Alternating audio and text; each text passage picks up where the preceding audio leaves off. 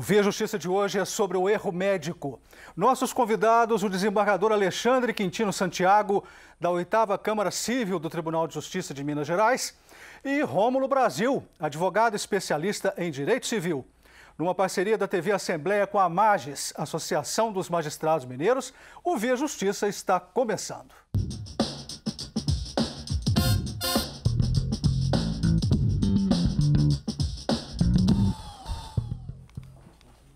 Casos de erros médicos chegam com frequência à justiça no Brasil. Desembargador, esses casos, qual a relação que tem com a chamada judicialização da saúde? O caso do erro médico, Carlos, ele é também um caso que se enquadra na judicialização da saúde. Então, nós vamos dividir a judicialização em erro médico, discussão contratual e pedidos de assistência médica ou de assistência farmacêutica. Por que tantos erros médicos acontecem? Quais seriam as estatísticas, doutor Rômulo, da Organização Mundial de Saúde? Como o Brasil se situa em termos mundiais? Olha, Carlos, eu diria que, em primeiro momento, nós deveríamos avaliar à luz de um maior esclarecimento, uma população, um cidadão mais bem informada acerca dos seus direitos. Tá? Então, numa primeira análise, venhamos e convenhamos, a cada dia o cidadão está mais bem informado. E isso, inevitavelmente, acarreta. Olha, eu tenho direito, olha, houve um erro ou um possível erro médico aqui, eu vou judicializar essa situação.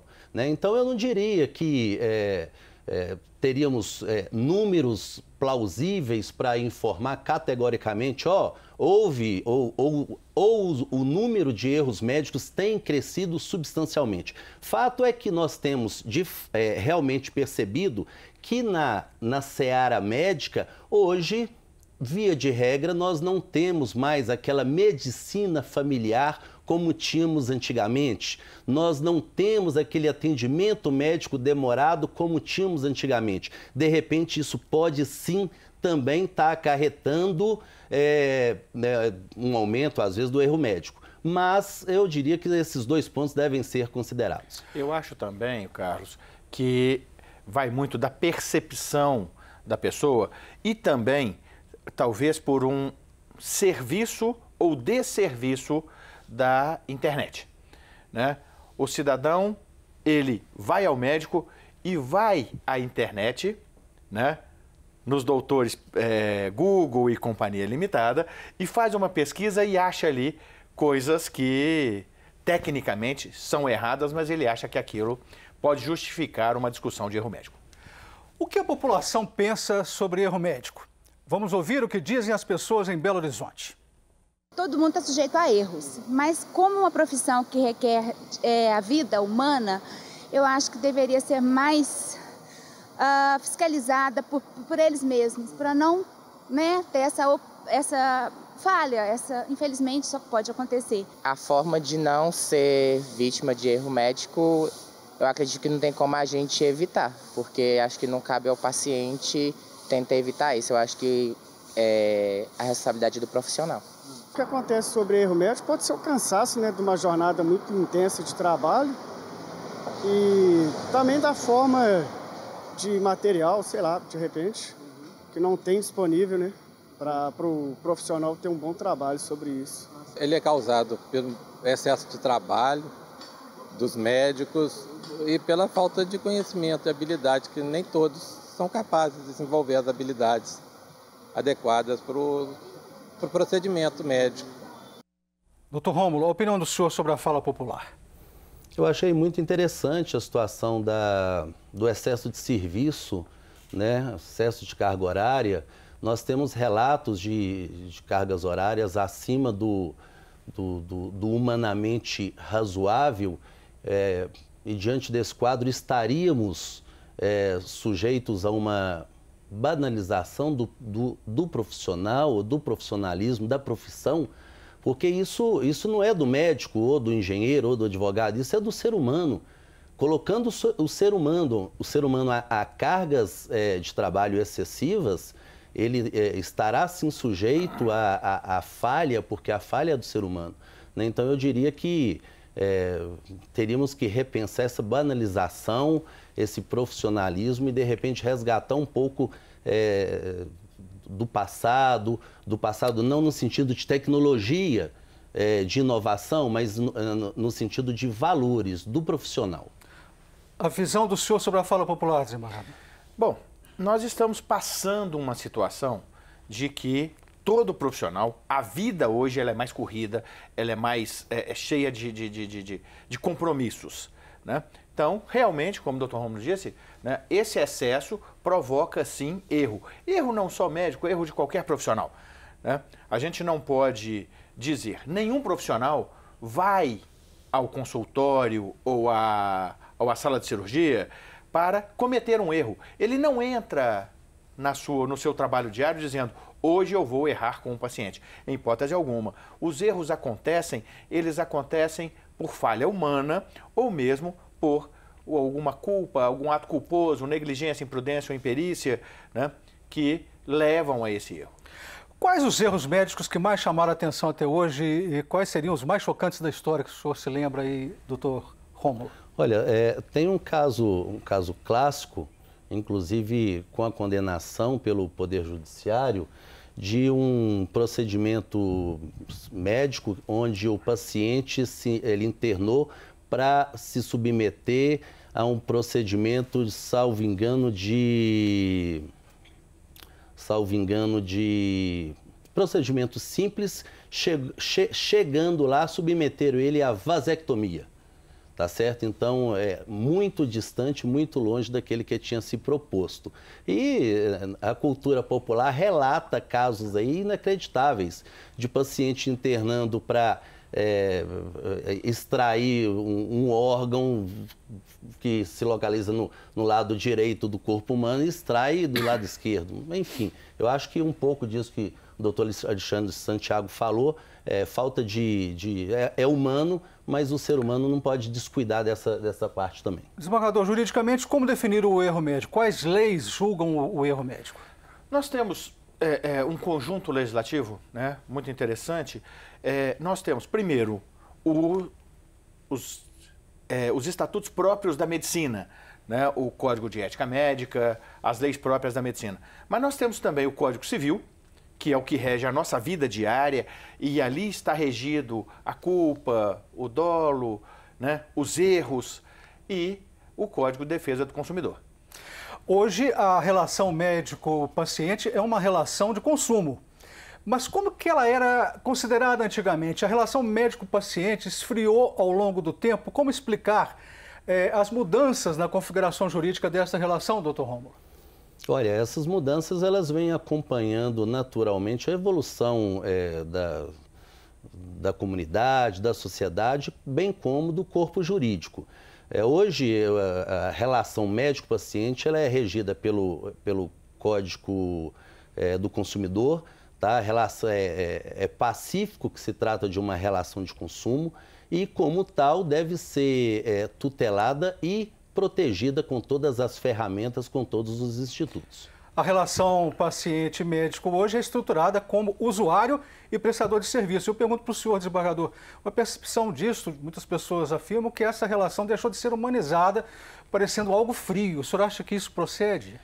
Olha, quando a gente, frente a um processo, analisa a relação médico-paciente, a gente analisa com mais frieza realmente. Mas eu acredito que aqueles médicos que têm vínculo pessoal com o paciente, a relação seja a mesma de alguns anos atrás, né? Agora, a grande maioria dos médicos, aliás, dos pacientes hoje, não tem os seus médicos de família, não tem os seus médicos de acompanhamento. Eu mesmo, por exemplo, quando preciso de um médico, eu vou ao pronto atendimento, né? A não ser que eu ache que é a coisa mais grave, que aí sim eu procuro um médico específico que de minha confiança. Mas quando você vai ao pronto atendimento, o atendimento é realmente mais frio, é realmente mais distante. O Via Justiça faz agora um rápido intervalo e voltamos em instantes.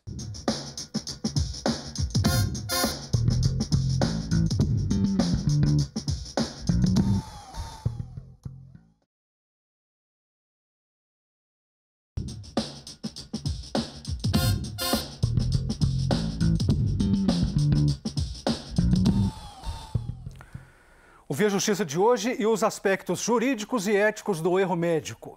Participam do programa o desembargador Alexandre Quintino Santiago, da 8ª Câmara Civil do Tribunal de Justiça de Minas Gerais, e Rômulo Brasil, advogado especialista em direito civil. E eu começo esse bloco perguntando para o senhor, doutor Rômulo, como é a responsabilidade civil nos casos de erro médico. Tá, Carlos, a regra é que a responsabilidade civil ela é subjetiva. Tá? Então, faz-se necessário a comprovação de culpa. Tá? Tem exceções, e aí eu vou citar a título de informação, de esclarecimento ao telespectador, que seriam, por exemplo, os procedimentos estéticos. Tá? Quando se contrata uma cirurgia plástica, nesse caso, esse contrato ele não é um contrato de meio, ele é um contrato de fim. De resultado. Eu estou objetivando aquele resultado. Tá? Nesse caso, essa responsabilidade ela fugiria um pouco da exigência de comprovação da culpa, porque seria uma responsabilidade objetiva.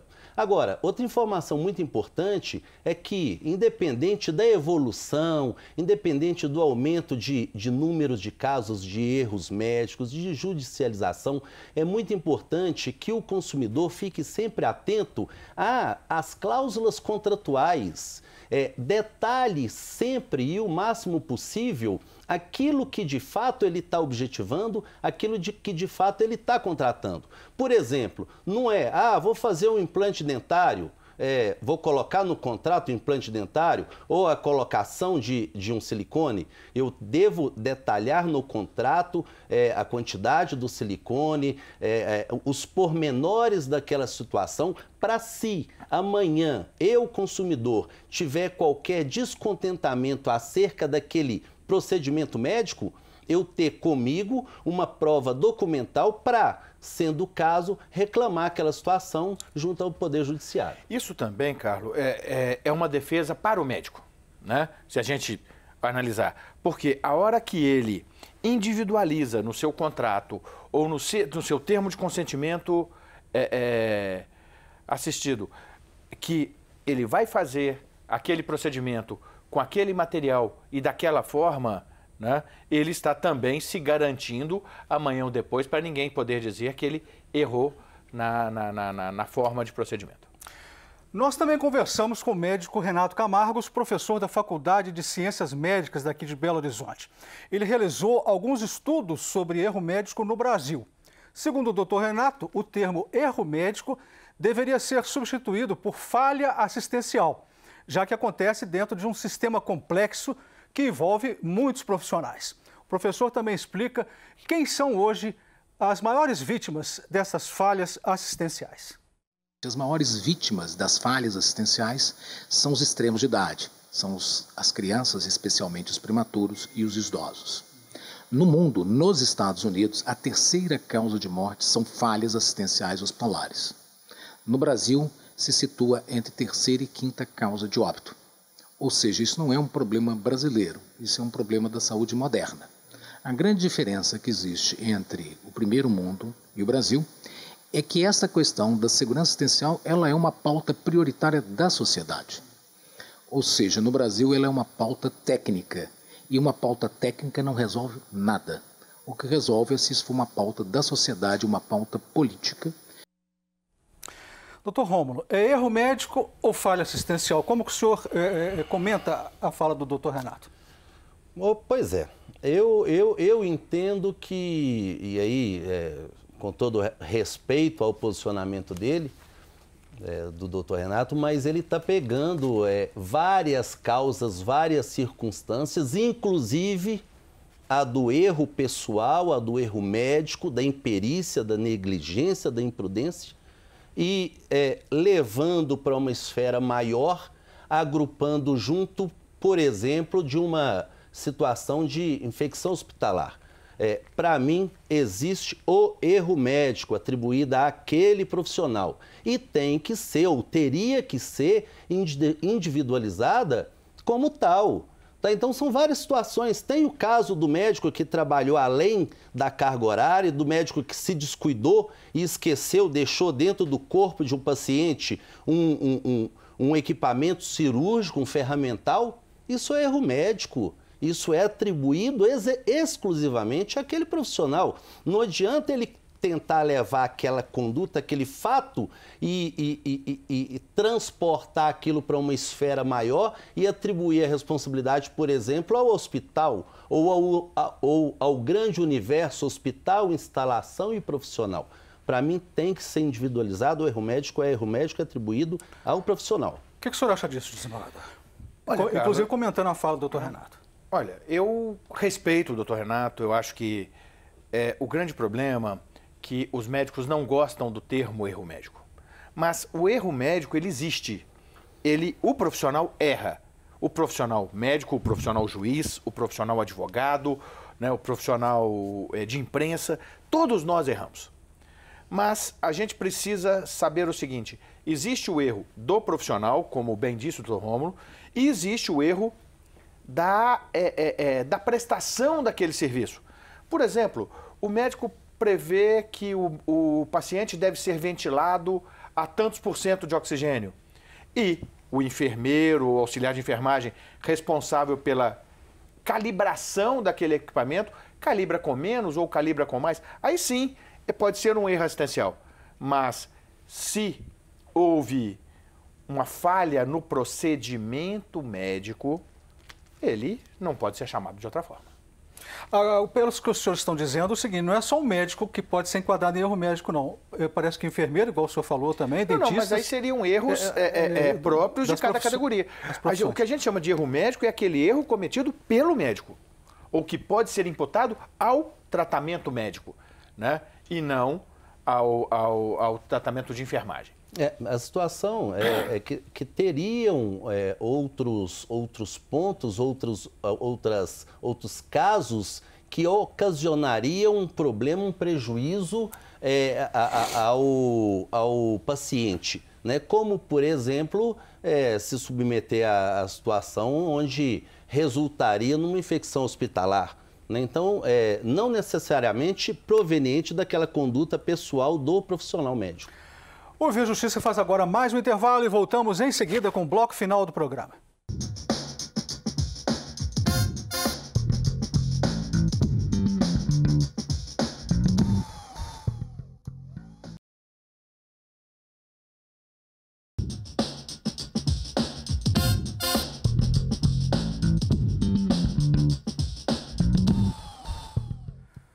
O Via Justiça e o erro médico no Brasil. Participando do programa, o desembargador Alexandre Quintino Santiago, da 8ª Câmara Civil do Tribunal de Justiça de Minas Gerais, e Rômulo Brasil, advogado especialista em direito civil.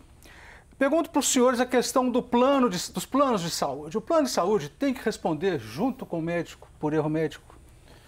Não necessariamente, né? O plano de saúde, ele apenas te facilita e barateia o custo da saúde, né? O plano, normalmente, ele não é responsável por aquilo que faz o profissional, né? Mas, se ele te exige que você vá a um profissional específico e faça apenas aquilo que ele autoriza, ele pode ser responsabilizado sim. Doutor Rômulo, a partir de que momento pode ficar caracterizado o erro médico? Por exemplo, deixar o médico de informar os riscos do procedimento, isso já gera responsabilização? Olha, Carlos, nesse ponto eu te confesso que teríamos que aprofundar um pouco aí no Tribunal de Ética e Disciplina do profissional da área médica. O que eu arriscaria a levar de informação para a população, em cima até de todo esse enriquecimento todo esse debate que a gente vem tecendo aqui, é que o consumidor fique sempre atento a documentar todo tipo de informação, assim como o doutor Alexandre disse, a informar, a registrar através, por exemplo, do contrato, porque aquela sua pretensão registrada no contrato, aquilo não traz uma garantia e uma segurança também somente para o consumidor. Ela traz para o paciente, ela traz uma garantia também para o médico. E isso seria uma forma de, e aí respondendo a sua pergunta, se amanhã, eventualmente, seja através do judiciário ou de procedimento administrativo, tivéssemos que aprofundar se houve erro médico ou se não houve, aquele documento seria, sem dúvida alguma, de suma importância para isso. Eu gostaria que o senhor falasse, desembargador, sobre danos materiais, dano estético, danos morais. Os danos materiais levam necessariamente a danos estéticos? São pagos conjuntamente ou não? Não. Às vezes você tem um dano material porque você, em razão de um erro de procedimento, você perde alguns dias de trabalho, você é um profissional autônomo. Isso é um dano material que é indenizável. Agora, se você às vezes tem um dano estético, vai fazer uma cirurgia, fica uma cicatriz que foi lhe dito que não ficaria, né? Isso normalmente em cirurgia plástica, ou que há um corte cirúrgico em local errado, isso provoca uma marca no seu corpo, né? E você pode colocar isso como dano estético, né? Então a gente tem essa divisão. E o dano moral é tudo aquilo que fere a sua visão de si mesmo. É um abalo, né? psíquico, seria. É um abalo psíquico. Então isso também é indenizável. Então você tem 3 caminhos. Eu pessoalmente acho que o dano estético e o dano moral, eles se confundem um pouco, tá? A linha de divisão entre os dois é muito tênue, né?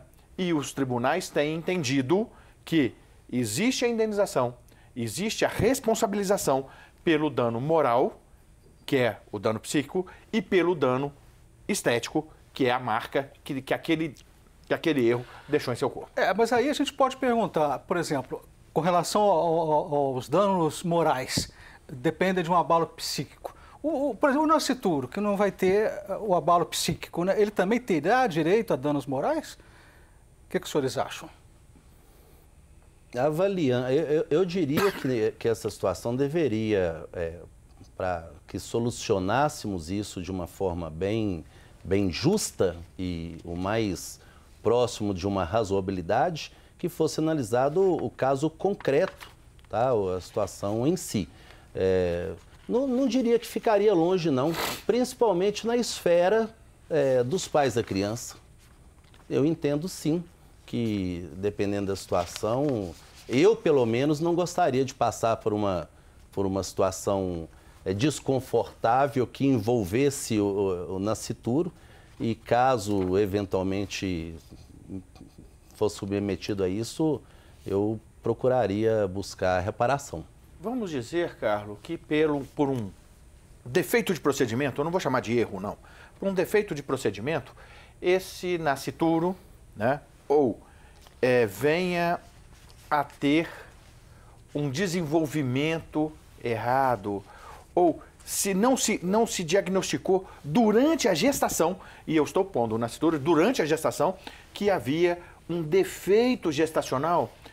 Por exemplo, a minha filha mais nova, quando nasceu, ela tinha um nó de cordão, um nó verdadeiro de cordão umbilical, né? Aquilo provocou um defeito de formação de feto, né? Hoje, graças a Deus, ela está bem, mas a médica detectou aquele defeito e pôde resolver. Agora, às vezes, esse mesmo defeito visível e não é, se visível, preste bem atenção, se invisível, se não pode ser diagnosticado, não, mas não vê, não diagnostica e acontece um defeito que pode se tornar um defeito que acompanha aquele nascituro, que após o nascimento se torna uma pessoa com defeitos. Aí eu acredito que sim.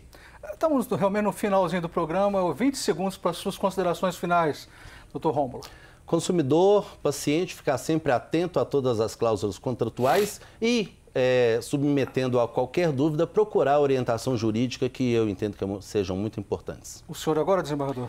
Bem, nós temos que olhar tanto o lado do consumidor, como bem disse o doutor como também o lado do profissional da área médica. Então, que ambos se cerquem de cuidados e cuidados suficientes, que demonstrem a sua preocupação com aquele tratamento, com aquela cirurgia, né?